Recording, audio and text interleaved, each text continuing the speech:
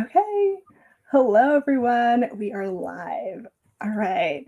I am super excited to have Giana Darling with me here today. We're doing a live interview with her. So if you guys have any questions for Giana, just leave them in the comments and we will get to you. I'll just read them out loud to you, Giana, as we get them.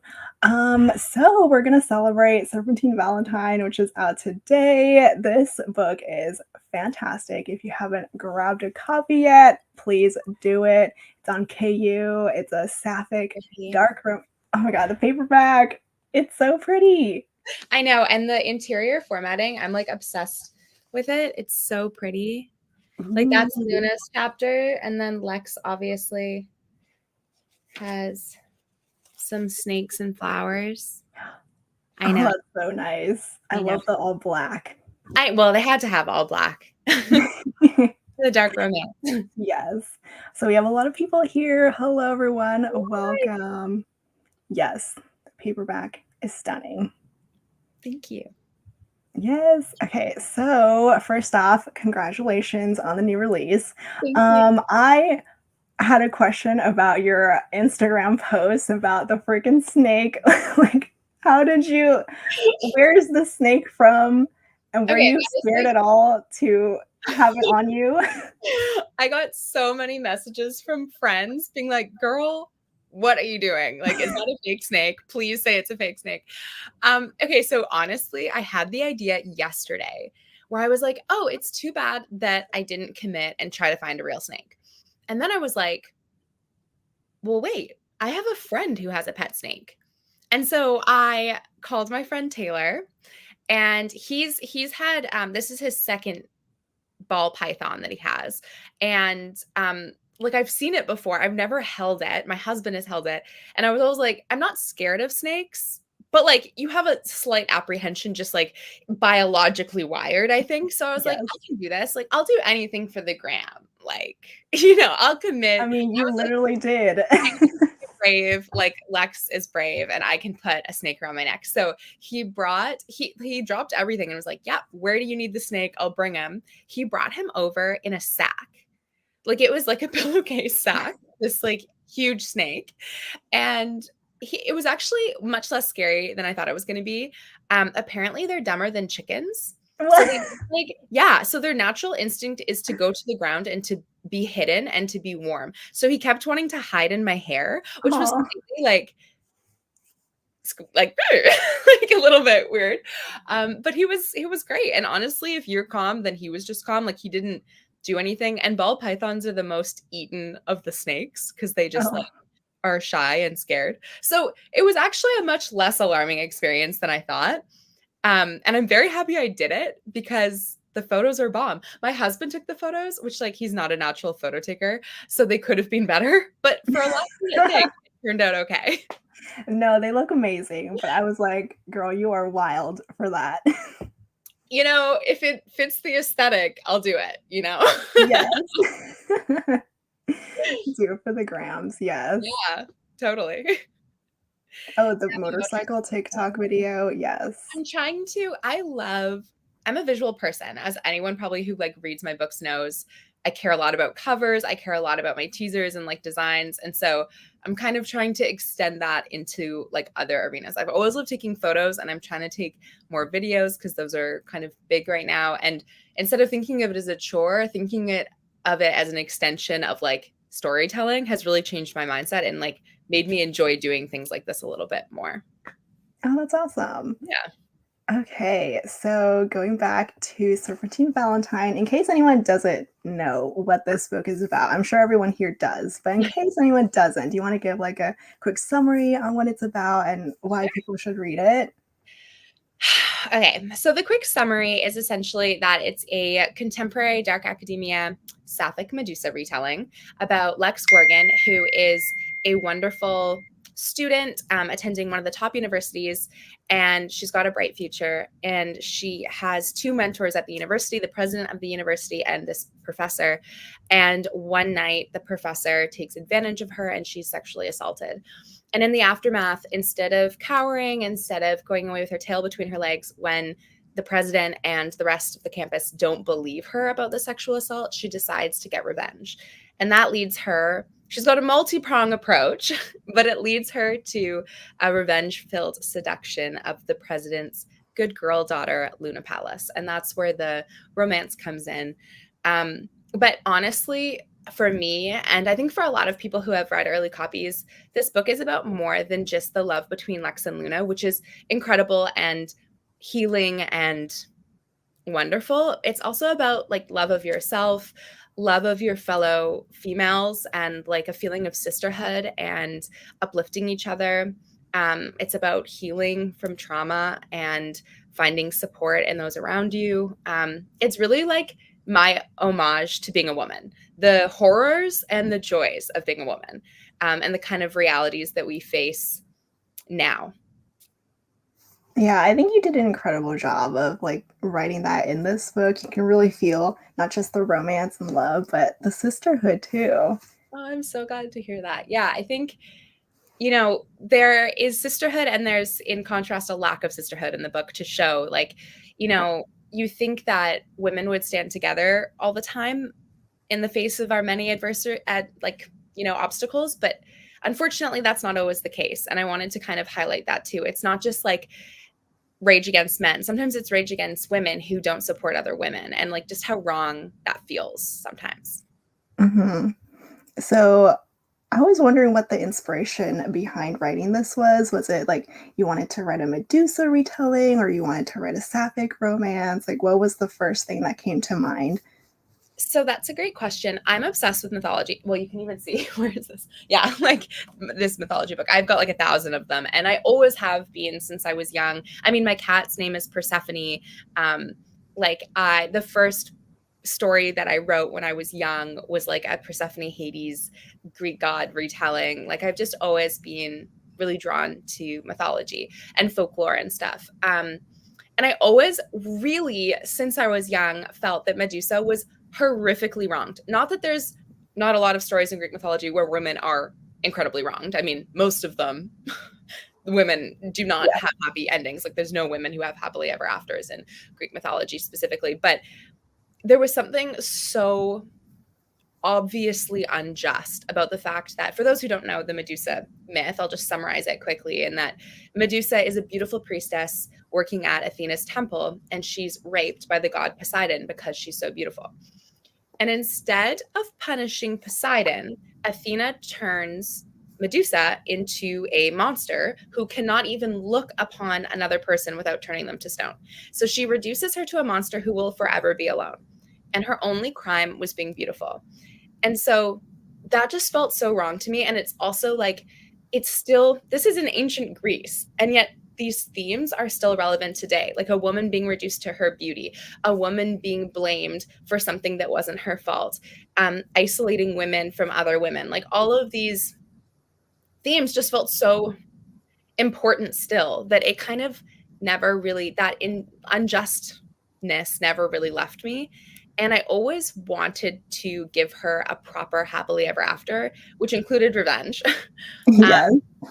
And then I was going to participate in this project where it was like it was like a folk retelling. And I was like, this isn't really folk, but this is what I want to write.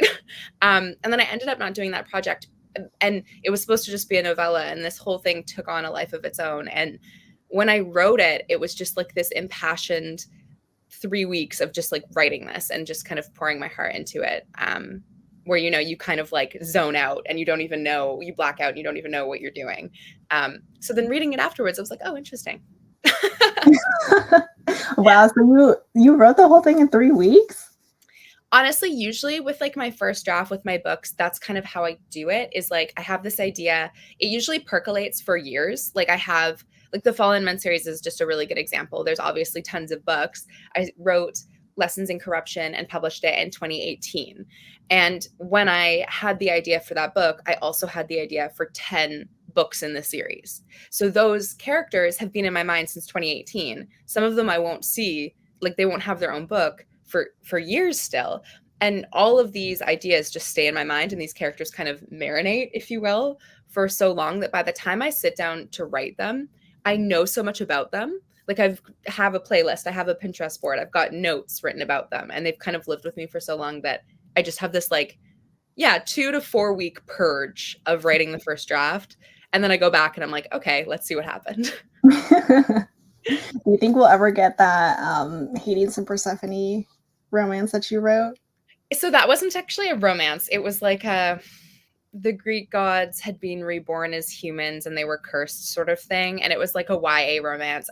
I wrote it when I was like 14 or something like that. So no, you will not be getting that. But I don't know. I kind of, while I would love to write a Hades Persephone romance specifically, there's two things that kind of make me hesitate. And one of them is it's very overdone.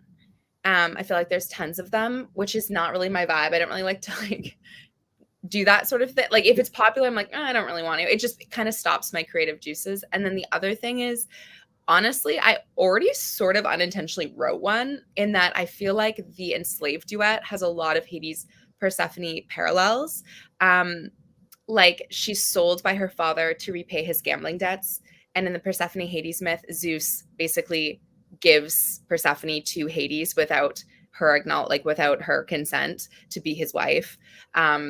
There's a lot of different parallels there, and I kind of tap into it a little bit with the imagery as well. So I kind of feel like I already did it, even though I didn't really mean to. Oh, okay, yeah, I can see that now. Yeah. Here's a great question. Where would you suggest someone start with your books if they are going in for the first time? That is a good question. It really depends on what you like. I feel like, the Fallen Men series is my most popular series, but it's like a little bit polarizing. I think like there's a lot of slang. It's quite forbidden. And so like it's kind of stepping into the deep end. Even though Lessons in Corruption, the first book, is the most mild, I think, of all of them, I would probably say start with Dangerous Temptation and Beautiful Nightmare. Just because they're very Giana Darling. There's an age gap. It's forbidden. There's like a alpha asshole hero. It's got that, and it's very spicy, but they're shorter than my normal books. So they're easy to kind of get through, and they're standalone. They don't have any like kind of more tie-ins, sort of with the Antiheroes in Love Duet. But I feel like that's what I would say is Dangerous Temptation to get the vibe check. And then if you enjoyed that, trust me to take you on the Fallen Men journey. Trust me to take you on some other journeys as well. And then where did the title come from and what's the meaning of it? Serpentine Valentine. That's a really good question. I had so many titles for this book. Like I had like 16 that I was obsessed. No, not 16, but I had about 6 that I was obsessed with. And I think it could have gone a number of ways. But at the end of the day, there was a number of reasons why I went with it. I thought it was catchy, first of all. I thought that like people would easily remember it. And I kind of liked the play on words. I liked that it kind of ties in to Luna as a character. One of the FMCs is quite like romantic. She's quite bookish, like a bit head in the clouds. She has a crush on Draco Malfoy. It's kind of like an ode to her romanticism, but how it leans to the dark side. Like if she wanted to have a Valentine, it would be a darker Valentine, which in this case would be Lex, who is Medusa. And so it's like Medusa's her Valentine, Medusa's her soulmate, Serpentine Valentine kind of fit. Yeah, I think that's kind of where the logic came from. And then I just thought it sounded great. I loved it when I said it a bunch. No, it does sound really cool. Thanks. Yes. So going back to the whole mythology thing, you pull a lot of quotes from like mythology and classic literature for this book. Are you like familiar with all of them, or did you have to like read them specifically for Serpentine Valentine? So I'm like such a lit geek. Like I play it super cool in my real life. I don't really have that many people to geek out with about books in my real life, romance or otherwise. Like I just don't have that. And it's always been just like a personal thing for me. Like when I was young, I was an only child raised by a single working mom. I spent a lot of my time reading. The first book that hooked me, like mind, body, and soul, was Pride and Prejudice. And then I read all of Jane Austen's books. This was when I was like 12 or 11 or 12. And then my grandmother would give me books to read, and they were like Little Women and like, you know, Thomas Hardy and all of these kind of classic books that I think if I had been in a different household, they probably would have given me like Nancy Drew or like, I don't know, comic books or something. But my grandmother would give me these more classic books. And so I developed a taste for them really early on, and never lost it. There's a poignancy and an angst to classic literature that is timeless. And it just kind of like hooks itself into your chest and like pulls out your internal organs. And I love that feeling. And it's something that I strive to actually imbue in my own writing. And so it's my passion, and being able, like, talking about Shakespeare, quoting Shakespeare, like having these quotes at the beginning of the books. Someone said to me, like, real people don't talk like that. And I'm like, actually, I talk like that. Like, I do. And I love talking like that. And that's my wheelhouse. And so it was really exciting to kind of give that characteristic to two characters and really celebrate that geeky literature loving girl that I usually have to like kind of keep to myself.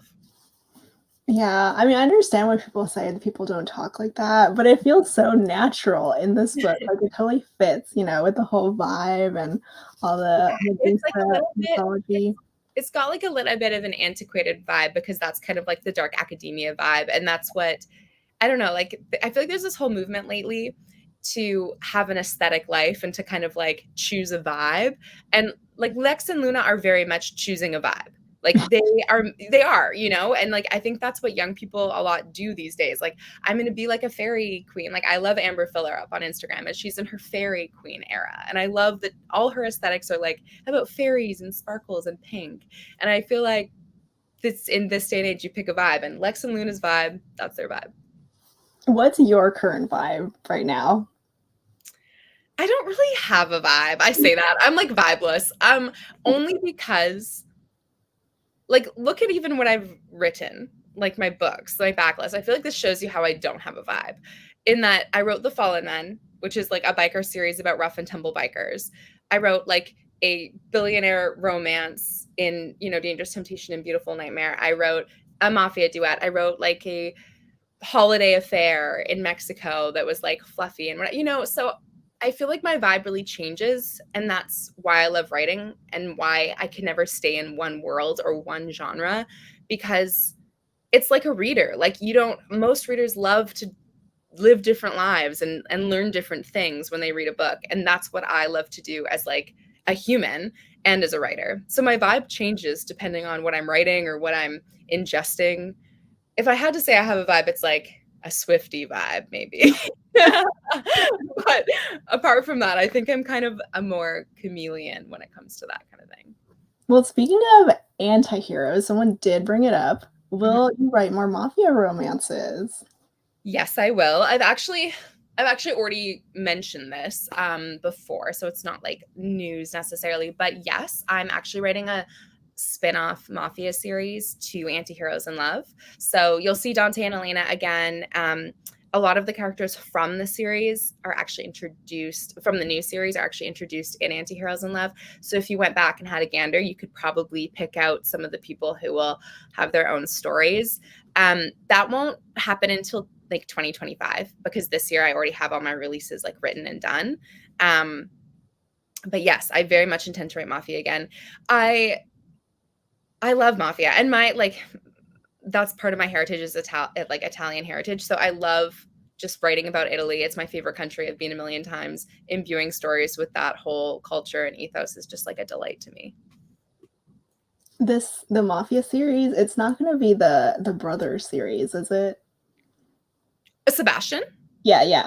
No. So Sebastian's trilogy comes out this year. Oh, okay. And it's not mafia, it's Hollywood and it's MMF. So yeah, I'm so excited for that one. It's a totally different vibe. The Lombardi family, Giselle with The Evolution of Sin, Cosima with The Enslaved Duet, Elena with Antiheroes in Love, and then Sebastian, his trilogy is called the Impossible Universe trilogy. They're all incredibly different vibes. Like, they're all family, but they're not, there's no like overlap really in what the genres are or the tropes are. That's so true. Like, they almost don't feel connected because they're so different, but they're so good. I kind of think in a family, if you think about if you have siblings or even if you have a friend group, you think about your different love stories, like they're not the same. Like no love story is the same. They all have a different flavor. And so realistically, a family of, 4 is probably going to have very different love stories.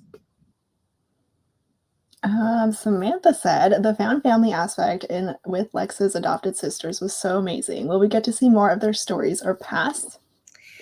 I would love to write more about the Gorgon sisters. I love them.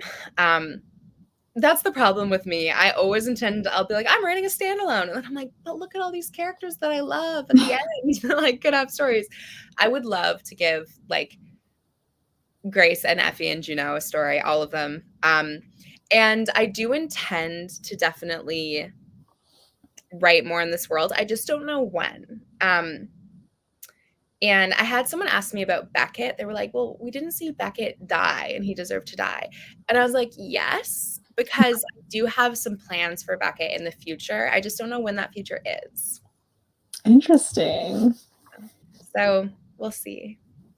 Okay. One of my favorite scenes in this book is with the sisters, like the morning after Lex and Luna first slept together and Luna's making breakfast for everyone. I love that scene. They're like picking on her a little. It's so cute. I love that you love that scene. And, kind of ironically, I took kind of inspiration from that scene from my friend group, who happens to be a boyfriend group. But just that kind of, for me, a form of love language is teasing. And it has to be in the right spirit. Like you can't just make fun of someone. That's not love. But it kind of shows its own respect and intimacy when you can kind of gently tease someone. It shows a level of trust and comfortability that is kind of, it's cozy in a sense, And so that scene in the morning when they're kind of, teasing each other, all of them, like they're teasing Luna, Luna even, it's kind of the first time that she teases Lex, especially kind of in a more public forum. It shows that this like new intimacy extends beyond the bedroom and that they all are forming this unit together, and that Lex allows Luna into her haven and into this moment with her sisters where that's her safe space and she doesn't really have any safe spaces other than Charity Lane. It's a big moment, and it's funny how those like small interactions and like a small moment like making breakfast for someone can be such a momentous kind of pinpoint in the evolution of a relationship or the evolution of Luna as a character and Lex as a character. But I actually think it's one of the most important scenes in the book. Yes, it is. It's kind of like the sense of belonging. You really feel it there. Yeah. Mm-hmm. So I was wondering about like your headspace while writing this book because it's super emotional. There's so many like heartbreaking, powerful scenes going on. Like, did you cry while you wrote it? What was going on in your head? Yeah, I don't really know if I cried. I wrote it over a year ago. I don't really know if I cried. I don't think I did. I was more like very melancholy, very introspective. I don't think like I know that I didn't speak much during the time that I was writing. Like my husband kind of it was like don't talk to me, and like I didn't socialize, and I was just very isolated, not in a bad way, but just like I was kind of submerged in the experience of writing this book. And if you've read it, and I talk about it in the acknowledgments a little bit, but it was a personal book for me because like I also have been sexually assaulted, and I really wanted to not be afraid to like imbue my words with my own trauma, because one of the reasons that I really wanted to write this book was kind of to like let other people feel seen. You know what I mean? Like representation in romance is so important, and that's across so many different spectrums, like ethnicity, sexuality, lived experiences, all that stuff. And I just felt like if I was my most honest, raw self in telling this story, then it would reach people and touch people and maybe like help them heal a little bit the way that writing this story helped me heal a little bit. And I certainly felt like I had much more perspective on my own past after reading it. Like I kind of was able to work through it in this like really beautiful way. and heal through Lex and Luna, like they heal through each other. And so that's why this book is just like, it's really profound for me, and it always will be. And Lex and Luna will always be such beautiful characters to me, because they helped me in like a profound way in my own life. Yeah, I mean it's really beautifully told. If you guys haven't read it yet, it's like really dark and emotional, but it just like hits you all in the feels. And I kind of love that it's like you said earlier, it's more than just the romance, even though the romance is perfect. But I love that you're able to like bring all the other victims of assault like on that campus together too, and give them like a platform and give them a voice. I think it's kind of like a feminine rage fantasy as well. I am not, I mean, anyone will tell you I'm not an angry person at all. Like, my nickname is usually Sunshine. I'm a positive Polly. I don't dwell on things. I'm like, get up, let's go, let's move on, let's be positive. But I think this was like a really great exercise in like, what if we gave some power back to women? What if men experienced for a moment how scary and just infuriating it can be to be a woman in all of these different kinds of ways. And then also how beautiful it is to be a woman. Like, I really wanted both of those to go hand in hand and to have these ups and downs of like, I love being a woman. Oh my God, being a woman is like so tough. And just because that's what it's like to live life as a woman. You have these incredible highs that are unmatched. And then you have these lows where you're like, oh my God, how impossible is it by society's standards to be a woman and be successful and be happy and be everything you're expected to be as a woman. So I loved also having the rage aspect as well as the sadness, because I feel like women are also not really allowed to be angry. Like, we're always, one of Mad Woman by Taylor Swift, that song like is a big song in the book for me. I listen to it a lot, of this idea of like, you're crazy if you're angry as a woman, and like you're out of your mind, and you're unstable and all this stuff. It's like, no, men are allowed to like punch their fist through a wall. We're allowed to be angry, justifiably so, when we're attacked or belittled or whatever. So I actually didn't necessarily intend for there to be so much like rage and vindictiveness in the book, but I love it at the same time. Yes, I did too. I love the whole revenge thing. The man eaters crew, like Yes. that was great. Like, how did you come up? Yeah, how did you come up with the idea of like the man eater crew instead of maybe Lex going at it on her own? You created like a whole group. I think it was because of this idea of sisterhood, and like I really believe that no one, like, this is also just from a personal experience. I have a group of guy friends that I grew up with. They're my best friends. They're amazing. And when I was young, I kind of was like, oh, well, that's fine. I don't really need girlfriends because I've got these guys, and I love them, and I will always love them. But as you get older and you have these different experiences, you realize like no one can possibly understand what a woman goes through but a woman.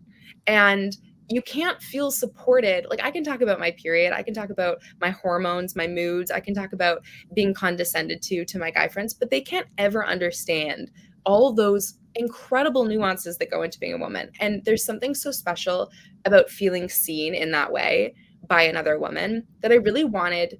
I didn't feel like Lex could do that alone because she'd been so ostracized already. She needed support. She needed women to show that they would stand up for her, not just her sisters, like how they are at the beginning, but how throughout the book they get more and more women standing up with them and standing up for themselves.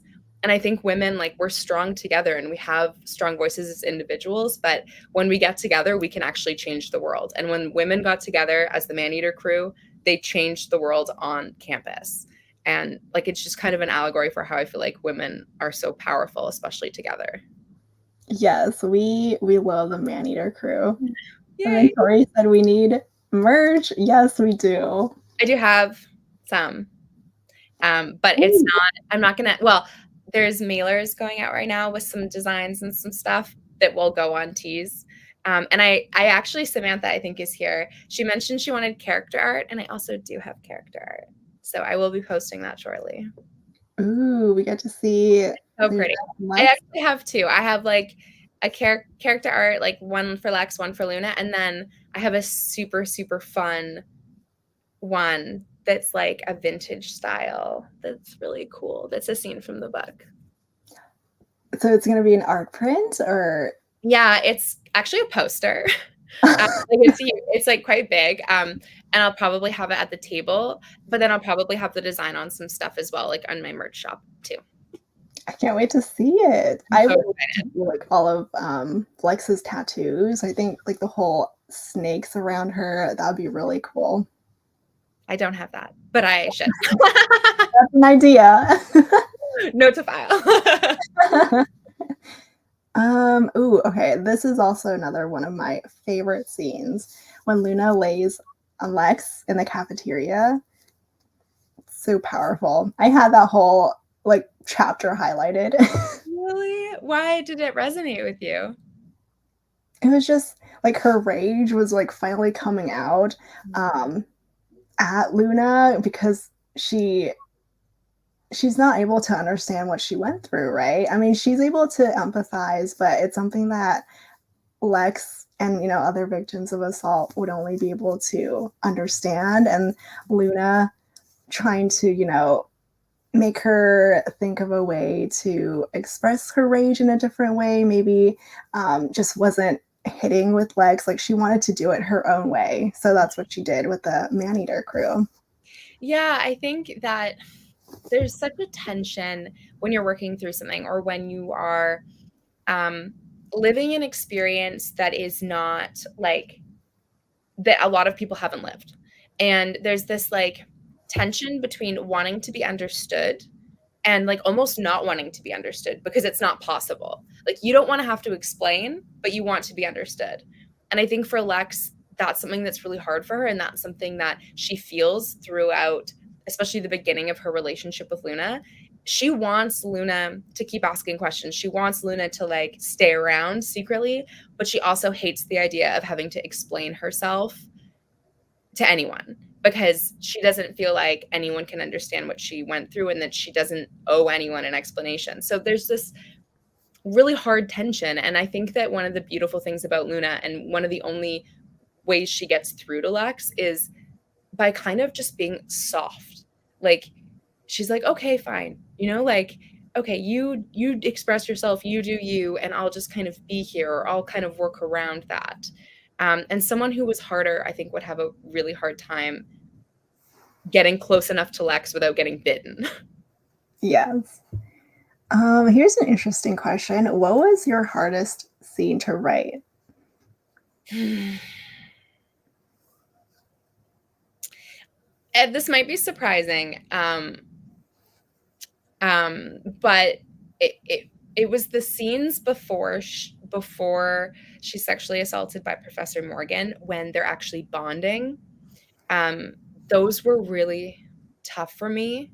I talked about it a bit actually in Lessons in Corruption, but like I had a situation where a teacher that I had had an inappropriate relationship with a student, and also like I was kind of like he kind of tried to he was a predator basically, and he kind of tried to make me one of his victims, and it didn't work, but that was where like some of this also came from for me, like working through stuff. And so and I have this hard time because that person was actually an instrumental part in like who I am today. Like we would talk about books and we would have tea, like a lot of the things that Lex and Professor Morgan would do, and he made me feel like smart and validated for like that bookishness, and there was no one else I could really talk to quoting Shakespeare or talking about Tess of the D'Urbervilles or whatever. And so he made me feel special, and I felt like in a very pure way. And then when that wasn't pure, that was just really hard to understand, to kind of understand, like trying to reconcile that someone could have such a positive impact on your life, but be a horrible person with horrible intentions is a tough road to navigate. And so reliving that through Lex was tough because seeing like her purity of like, this man enjoys me from my mind, and and we have this intellectual, mature connection.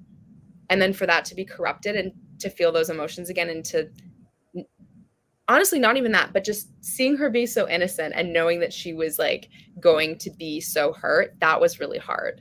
Um, Writing the assault, writing some of the other scenes, it was a consequence of that burst innocence. So it actually was very organic and it wasn't hard to write, if that makes sense. Yeah, it does. And I mean, you also feel that dread too, like it's gonna end badly.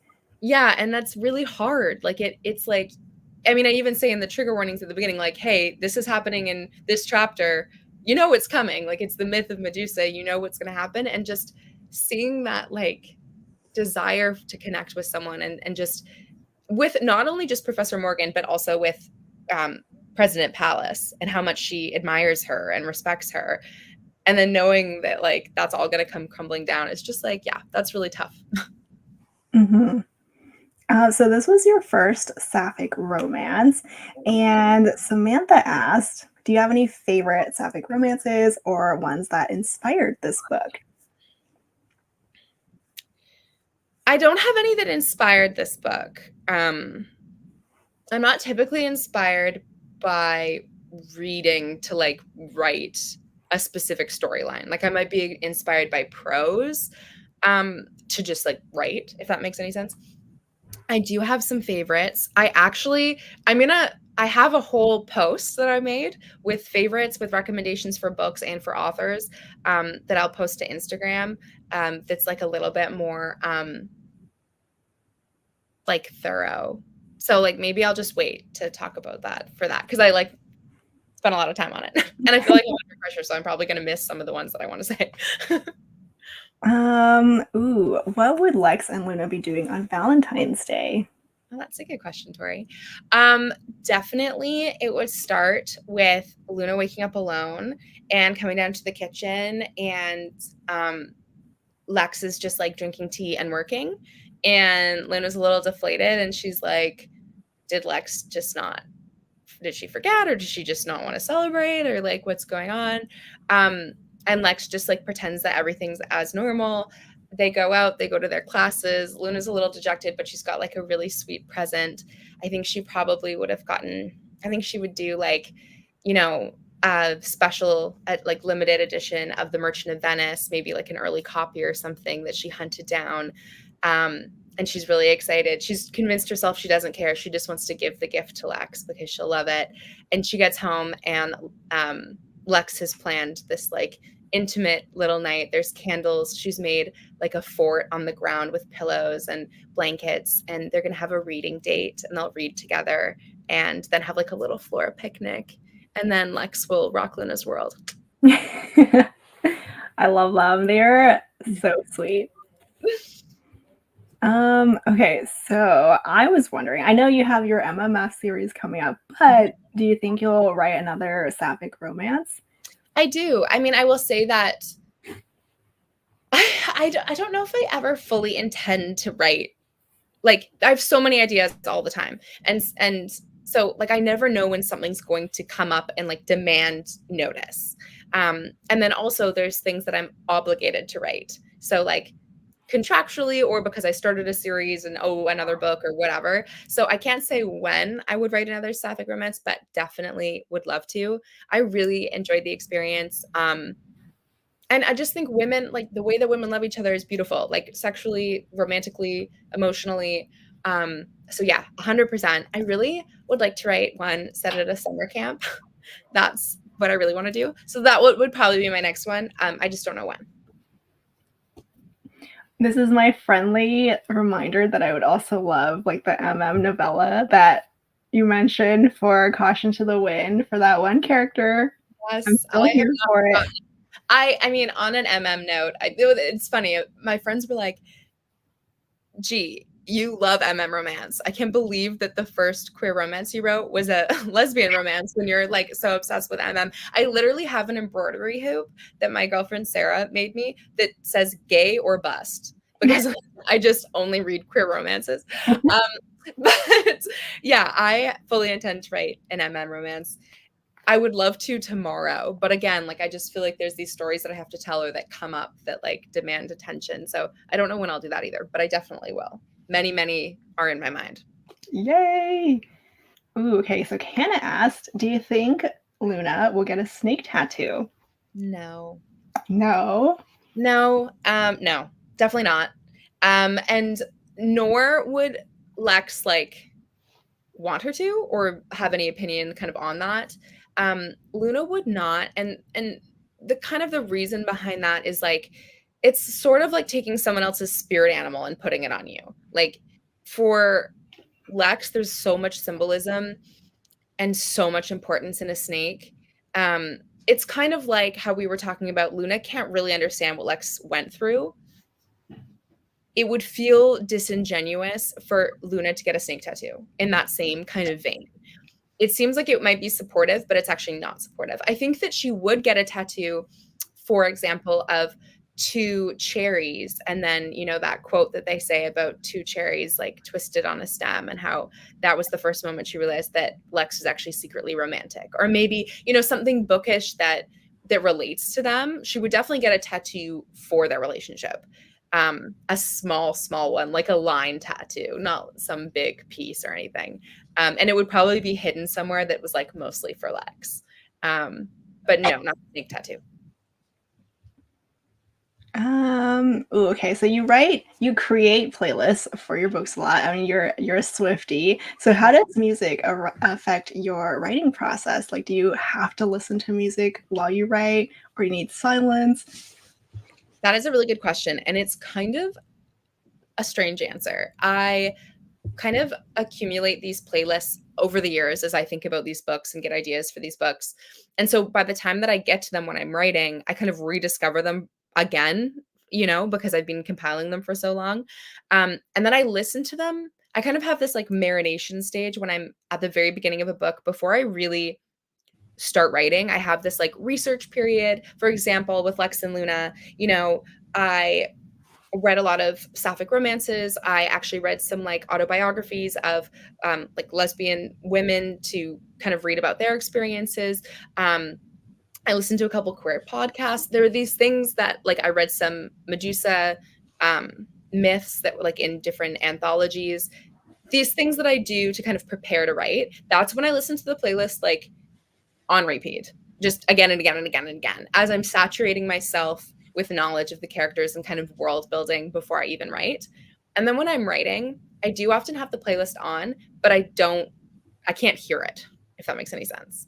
Like I'm not actually actively listening to the music because I'm in that blackout zone of just like purging the words on the page.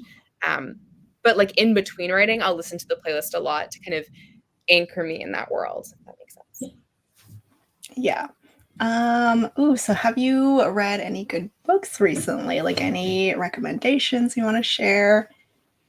Okay, I read QB Tyler's Seasons of Secrets and The Worst Kept Secret. I just read those two. I'm a huge QB fan as a person. She's like one of my favorite people alive, but also as an author. I loved both of them. She just writes really like fun, sexy, forbidden, like they're juicy. They're just juicy books that like you don't want to put down. So I really enjoyed those. Um, Quite honestly, I read Fourth Wing and Iron Flame. Iron Flame wasn't as good as Fourth Wing. Honestly, lately though, I've been like almost exclusively for the last like 2 months reading on AO3 and reading fanfic.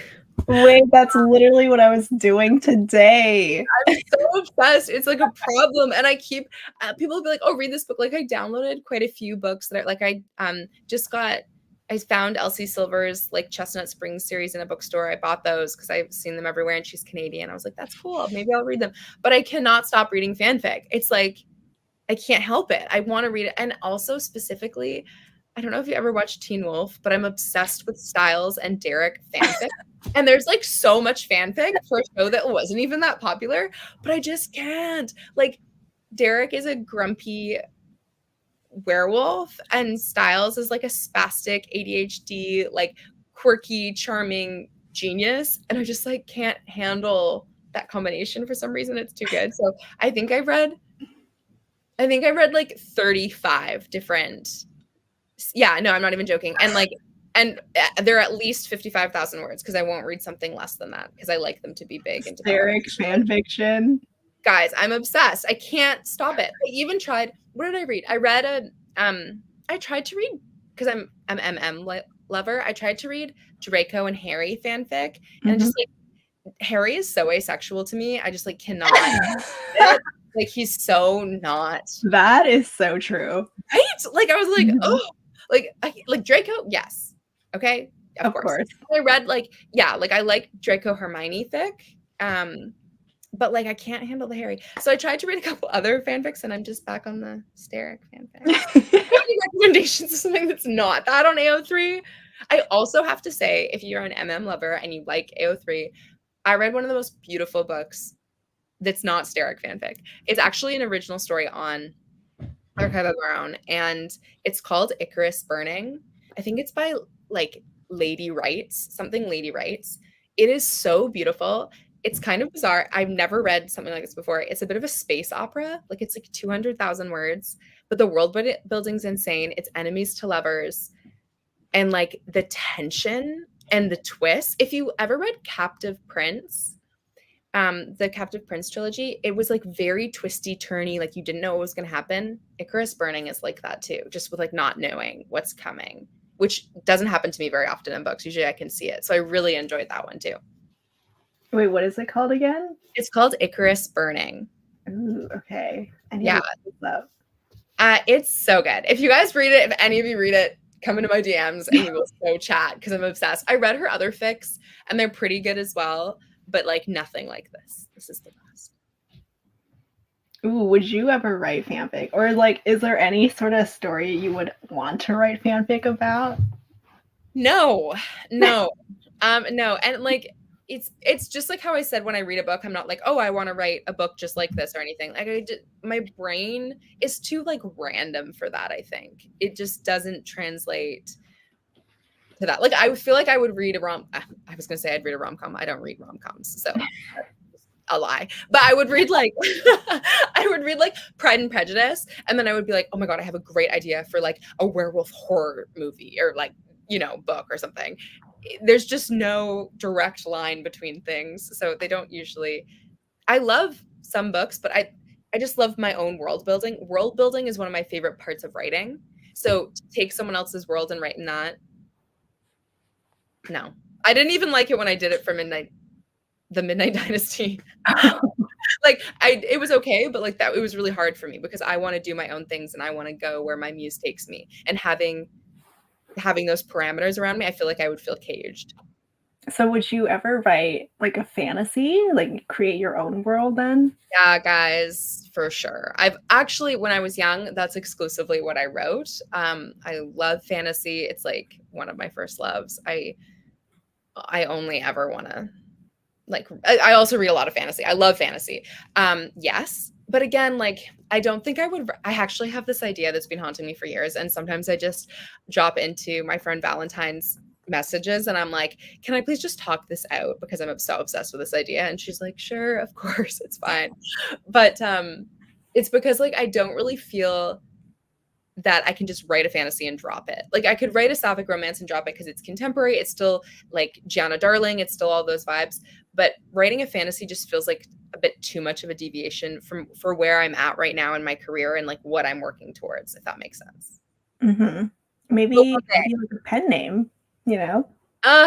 That's a lot of work. I do like, I know some authors, I do like everything as Giana. Like I run my Instagram, you know, I respond to my emails. Like I want to be present, you know, I don't want to be pulled. And it's already hard enough doing this. So I can't imagine. Kudos to everyone else who does that. I just don't think I have that in me. Yes. Oh my gosh, Victoria said, I think my dream Giana book would be an MM fantasy romance. Girl, same. Same. I'm obsessed. Like, you don't even understand.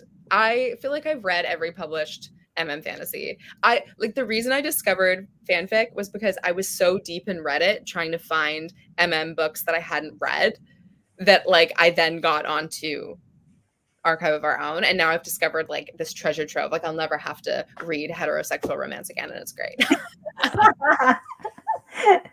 Oh, Kaylin asked, what was it like to write FF spicy scenes for the first time? Was it more difficult compared to MF? No. And I wondered how it was going to be. Like I've said it in the book, like I'm bi. And so like I have lived experience. So it wasn't hard. No. But also, I don't find sex scenes hard at all. I know like a lot of authors that will come back and write the sex scenes or like they really agonize over them. Sex scenes are just like fluid as hell for me. Like I don't premeditate them. I don't sit there and agonize over them. They're some of the easiest things for me to write. I love sex. I think it's a celebration of intimacy and love.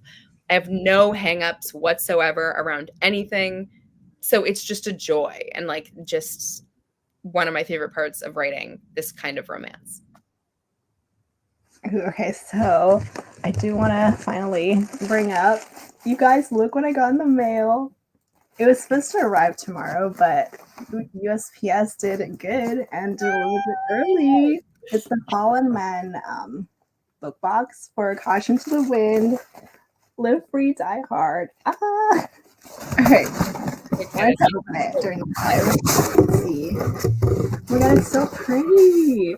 Isn't it beautiful? So my friend Sarah, she's like books, bats, and brushes on Instagram. She does a lot of my art, and she did the koi fish, and she did the postcard, and you can see all the settings like an entrance in the letters of the postcard. Like there's street ink tattoo, there's like the highway, there's Hephaestus Auto. So it's quite thoughtful. Oh my goodness. Ooh, a journal. Oh, yeah. With the logo too. It's like King's Journal. Like that would be King's Journal where he writes his poetry, the leather bound one. Oh my gosh, the book. Ah! It's a thick baby. Yes. It's a thick boy. Is it the thickest one of the series? Yeah. Yeah. And I cut stuff.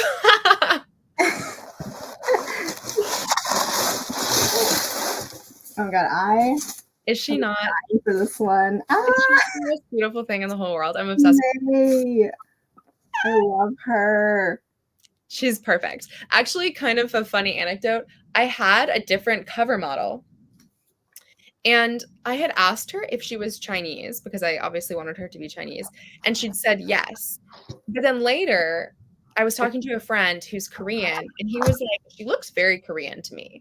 And I was like, honestly, I thought she looked Korean too, but she said she was Chinese. But then I was like, let me just double check. So I went and I talked to her and I was like, so are you Chinese? And she said, well, my grandmother was Chinese, but like the rest of my family is Korean. And I was like, well, that doesn't work for me because May is not Korean. She's Chinese. So it actually worked out because I found this model and I found this photo and I was like, oh my God, this is like literally just the perfect vision that I have of May, and the wind in her hair and this kind of sultry, casual defiance in her eyes. It was like, done.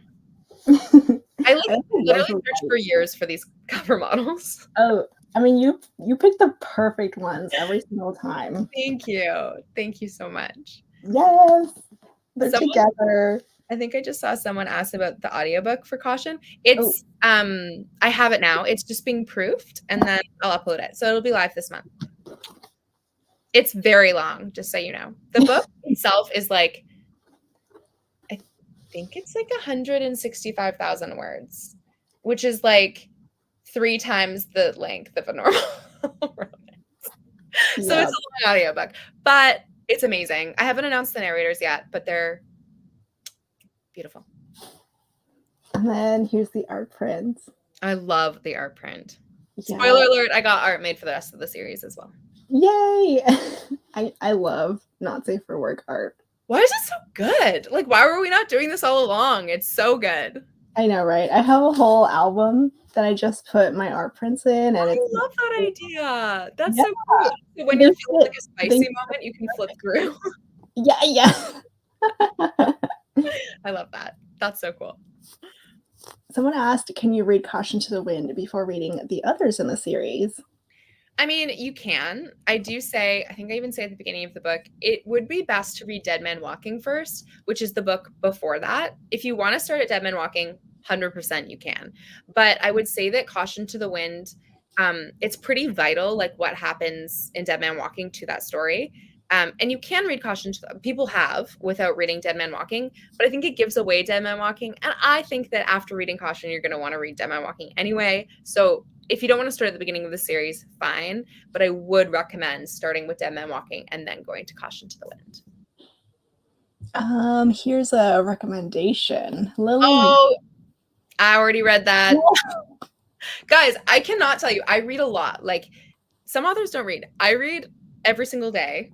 Often don't sleep because I'm reading. Like, I read still almost a book a day. From the age of like 11 to 25, when I moved in with my now husband, I read a book a day.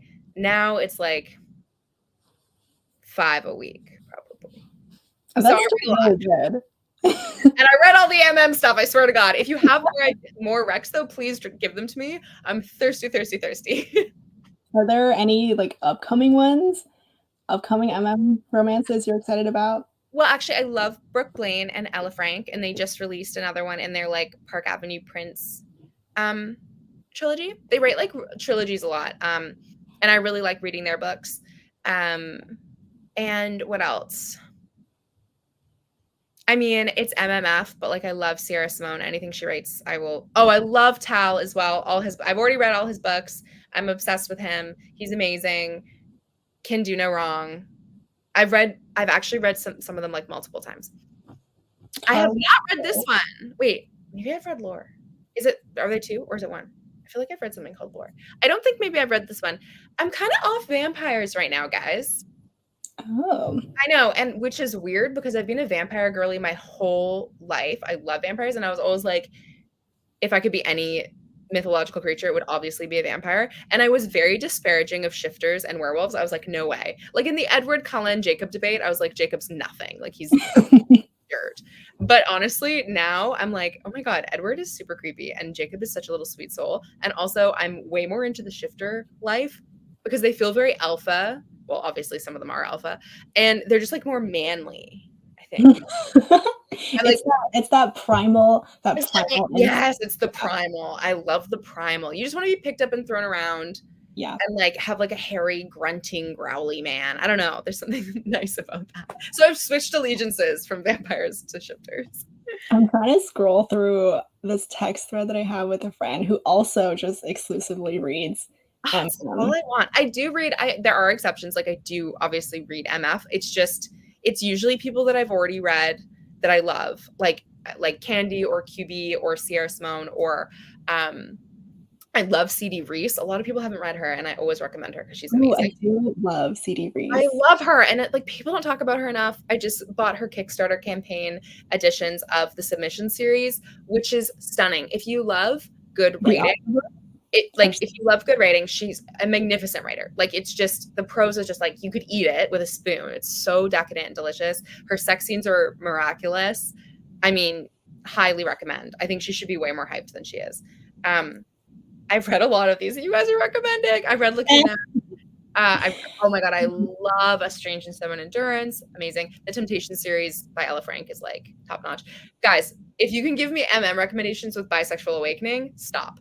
Bisexual Awakening every time. I don't care like if it's MM, FF, whatever it is. Bisexual Awakening just hits every time. I think there's something so like beautiful about it and so vulnerable and so like, I don't know, poignant about it. Guys, I've literally read all of them in the comments except for Curved Cocktails.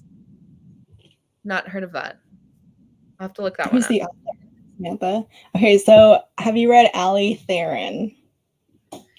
That's the author? You're probably gonna have to give me a title. Okay, let me. I think she writes historical MM. Oh, I don't. I've read some, but the only one that I've read quite a bit of is oh God, what's the main one, guys? It's like KJ Charles. KJ Charles. Yeah. Okay, that's that. Yeah, I've read quite a few of those. Not all of them. I don't know. Historical MM doesn't quite do it for me as much. I think it's my least favorite genre, which is weird because I love historical MF. Like, I could eat that for days. But I don't know. The MM, it's just like I like MF and I like FF and historical, but MM just doesn't really, because I think they can't really be together. easily, you know, like in the end, and that makes me sad. I think that's maybe it. Okay, so let's see. There's a new I've one read by just Molly Theron. sorry, I just saw someone say, "Have you read it?" I have read it, and actually, you should check out my Instagram this week, or wait, sorry, next week. Something might be happening there with that. Okay, the new one is Liar City by Okay, Molly Theron. writing this It's down. it's like a thriller romance. Okay, Ali Theron. Yes. Done. Done. Oh, Done. I'm gonna read it tonight.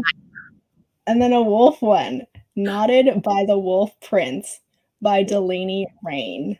I love nodding as well. I mean, the knots, nodding. This is By all who? thanks to By my who? Who is it by? friend who loves MM. Who is it by again? The nodding. Oh, Delaney Rain. Delaney Rain. Guys, this is fantastic. I'm very happy. I need these recs. I need to get out of the steric universe that I'm in, that I'm just stuck in. I need to just like get off that track and rediscover other options. The Pictures of You trilogy. I think I've read that one. It's in the 90s. I'm 98% sure I have. And I loved it. There's also one. Oh, I wonder. I can't remember what it's called. There's one. I don't know if any of you read this. There's one set in the 70s that's like amazing. And I'm not. There's also bisexual awakening in it, and it's so good. And I can't remember the title.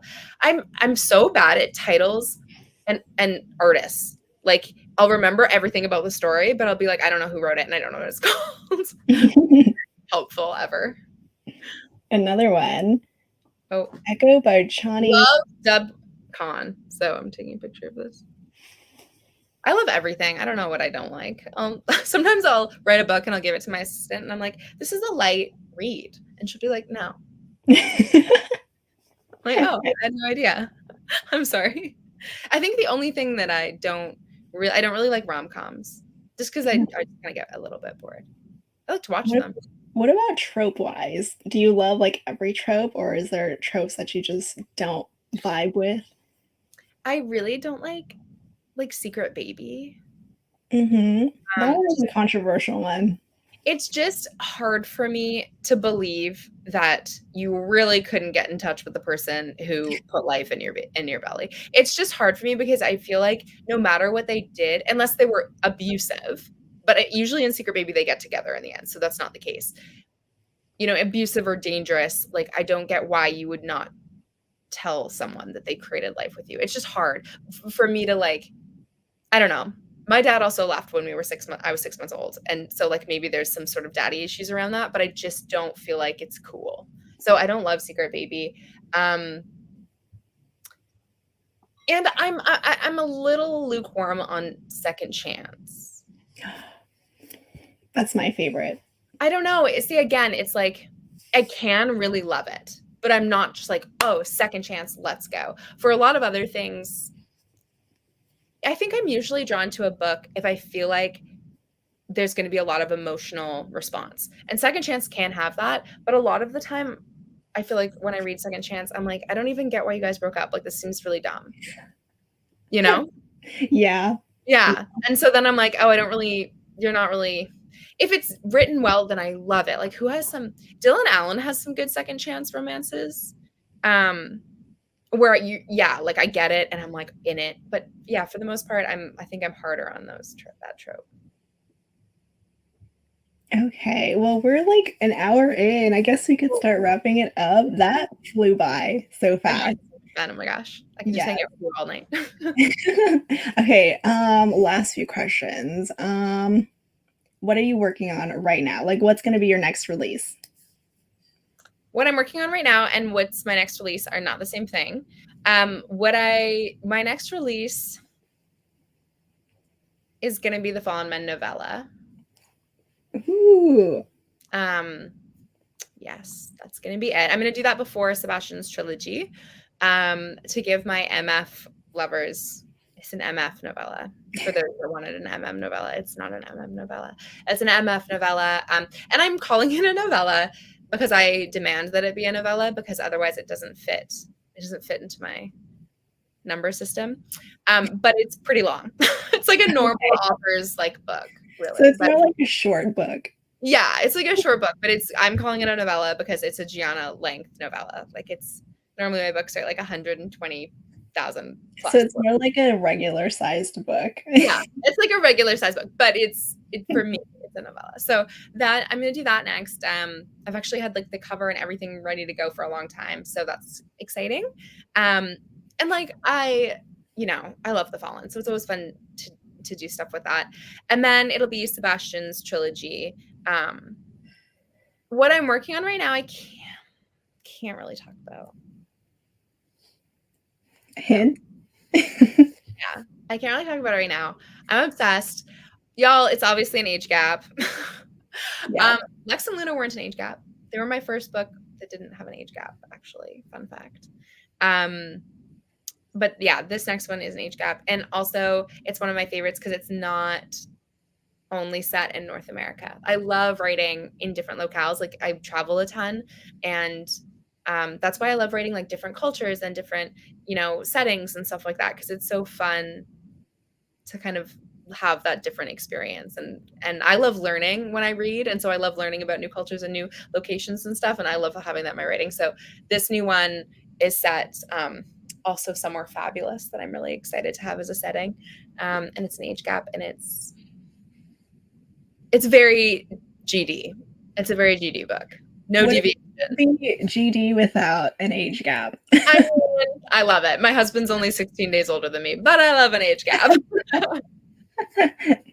Okay, and then, would you ever bundle your novellas for print? Yeah, I've actually said I will. The novella that I'm talking about releasing, like this novella coming up, it's going to be just like in print by itself. It's a small book, so that's going to be together.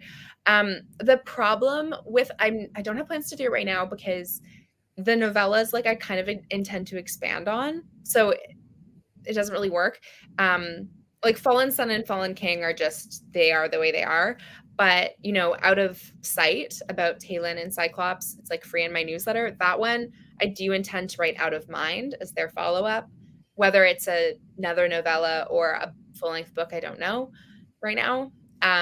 Curtains and Swan in Swan Song, intend to follow up on them. So I don't have plans right now, but eventually I'd like to have a bunch of kind of short stories to put in a bundle. And then one last question from me. What is one thing that you're looking forward to in the rest of 2024? It can be book related or non-book related. I'm gonna say I'm going on my honeymoon, and I'm very excited about that. Ooh, that's gonna be fun. Yeah, we just had a call today. We're doing a private catamaran around some Greek islands, which will be really nice. And then I think we're going to do something in Italy because I can't ever go to Europe and not go to Italy. So Yes.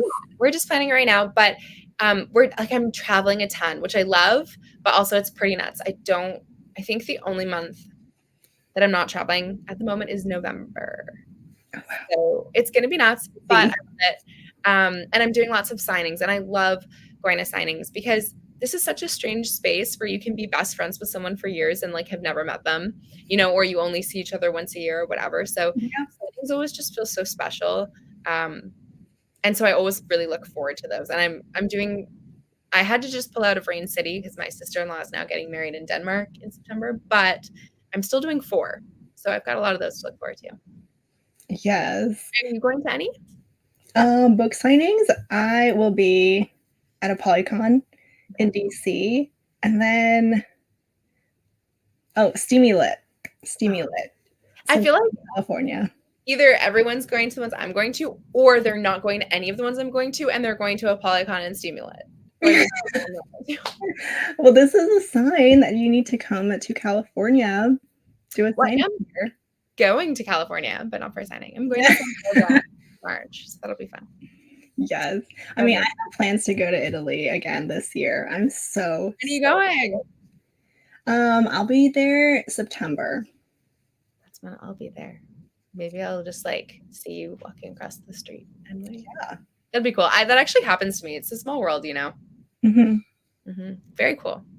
Yes. Well, have fun on your honeymoon. That's going to be heaven, I'm sure. I'm very excited about it. Yes. And then thank you all so much for joining us. Oh, you guys are the Great best. questions. Lacey, thank you. I mean, I'm like a huge fan of yours as a person. So thank you. Lacey, if you guys don't know, was also like a vital reader for me of Caution to the Wind. She really helped me with a ton of stuff in that, including the Cantonese. So she's kind of like the best and deserves a little mini round of applause that I'm assuming all of you are also joining in on. So thank you, Lacey, for having me and for everything you do for me. And I just think you're a delight. Of course. Thank you. I love talking with you. I always love seeing you. You are just pure sweetness. Oh, thank you. Yes. All right. Well, thank you all so much. And I'll let you guys go. Bye. Bye, everyone.